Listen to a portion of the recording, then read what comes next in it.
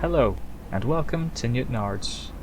Today we'll be hopping on the number 10 Portaferry bus, which will drop us off in the village of Grey Abbey, the location of the Abbey of Grey Abbey, that you will find is rather grey.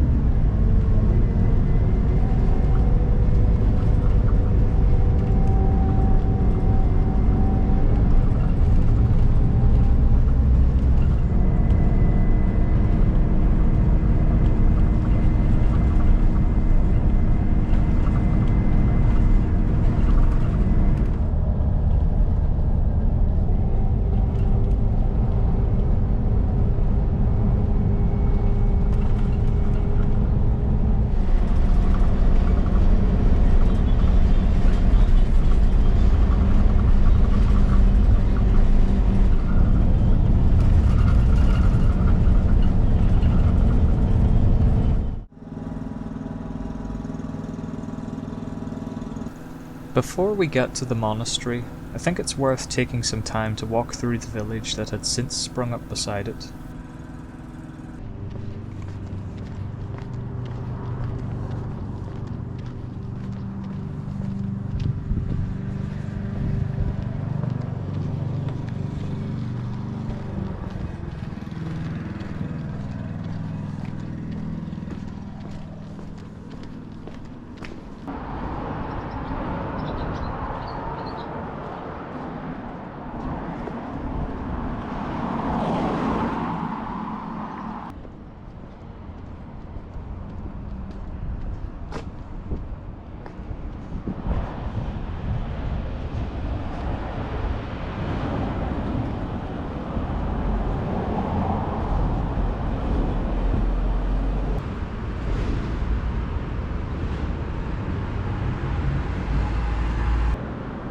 Unfortunately, the main road connecting Portaferry with civilization runs right through this village.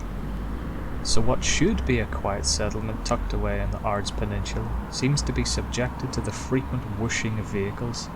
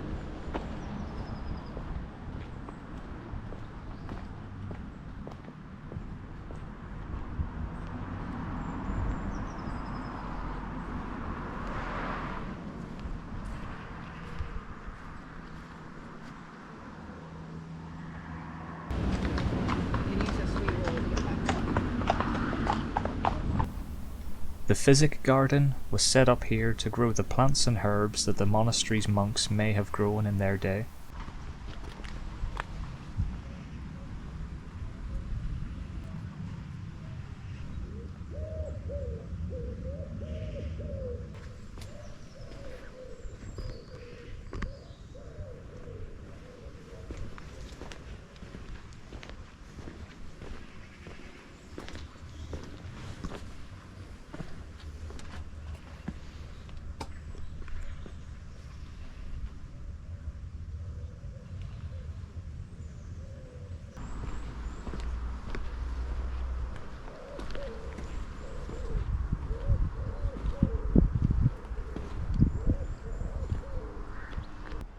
The monastery was founded by Affrica de Courcy in 1193. The de Courcys were a powerful family on the eastern shores of Ulster during the early decades of the Anglo-Norman invasion of Ireland. Affrica herself was neither English nor Norman, instead being the daughter of King Godred Olafsson of the Norse Gaelic Kingdom of the Isles, comprising of the Isle of Man and many of the islands off the coast of Scotland. Her husband, John de Courcy, is responsible for having both Carrickfergus and Dundrum castles constructed.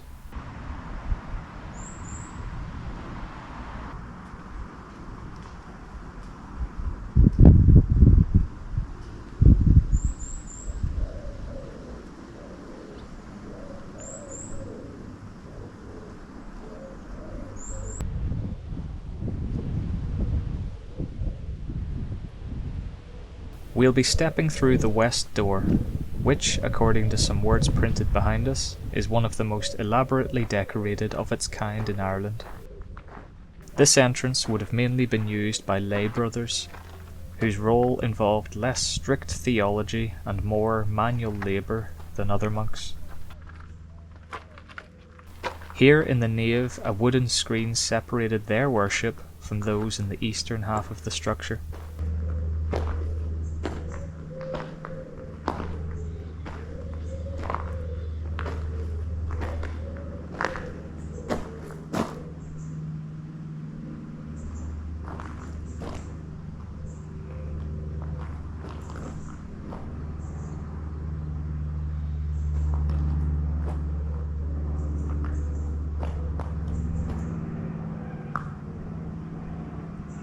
The memorials commemorate many Montgomerys, who were a very influential bunch in the region and owned the vast estate and grand house of Rosemount, right next to the abbey.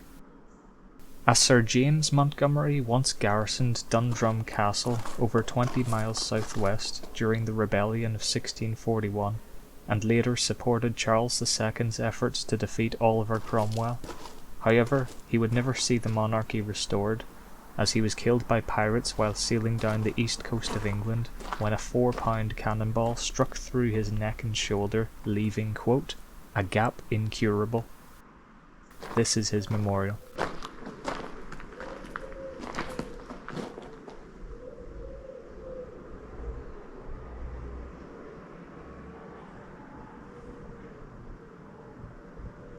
Returning to monastic life, we step into the north transept.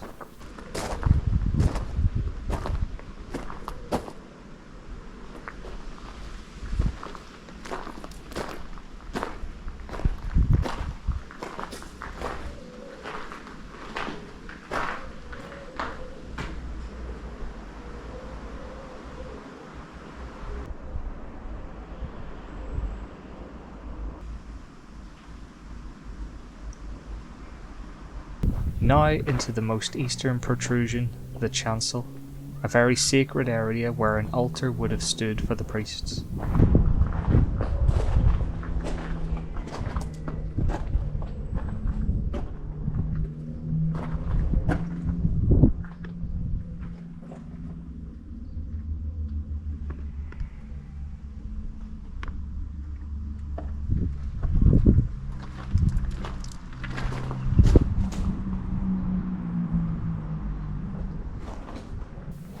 The tall windows would have filled this area with more light than the rest of the building, especially in the morning.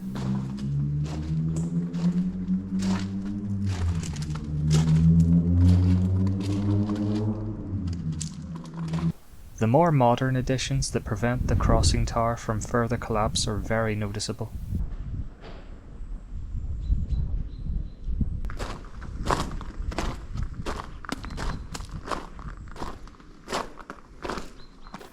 In 1541, due to King Henry VIII's dissolution of the monasteries, Grey Abbey ceased to be a monastery, and its land was granted to Gerald, Earl of Kildare.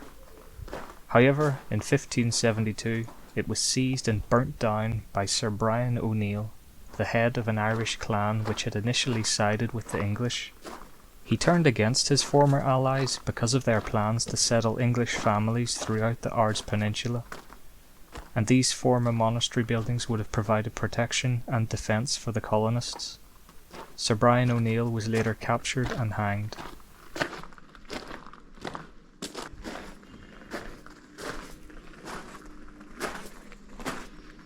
Out here in the cloister would have been covered by a walkway skirting the edges of an open-air centre.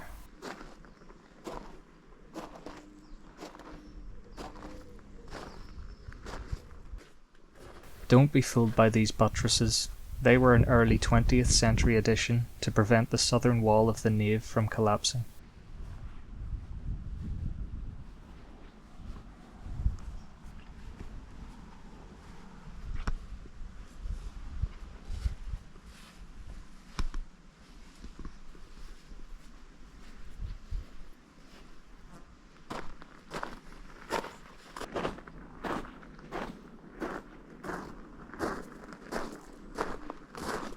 The chapter house is where the monks would have been allocated tasks and listened to readings from the Rule of Saint Benedict.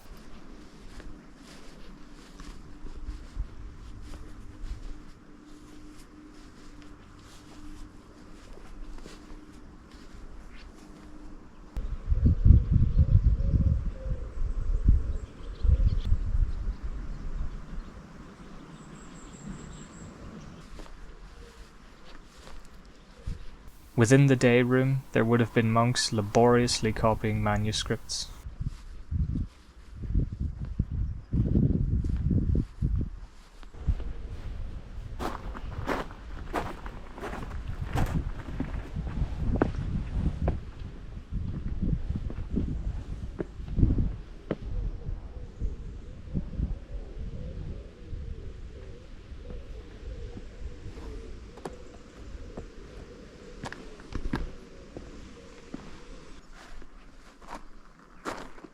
The last substantial structure to look at is the refectory, where the monks would have silently fed themselves while someone read out religious texts from the elevated position of a pulpit.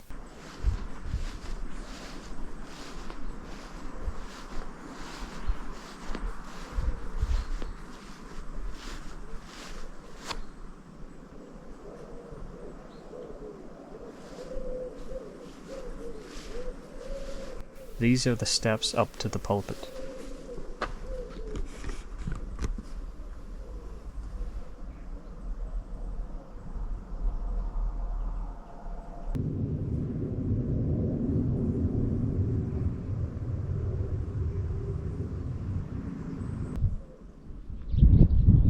Beyond the hole in the wall was the kitchen, which has completely vanished from sight, as has the entire west wing of the cloister.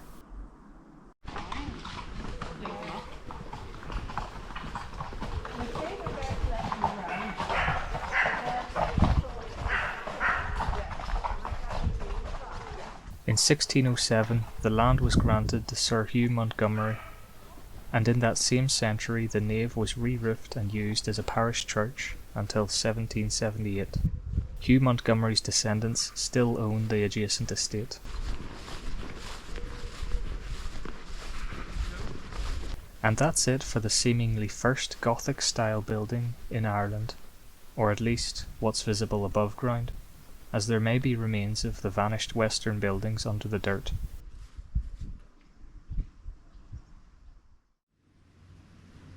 A useful thing for archaeologists in regards to these monasteries is that they follow a standardized design, so if you look up the layout of other Cistercian monasteries, you'll find that the same rooms are in similar positions. Anyway, I'll let you go now. See ya.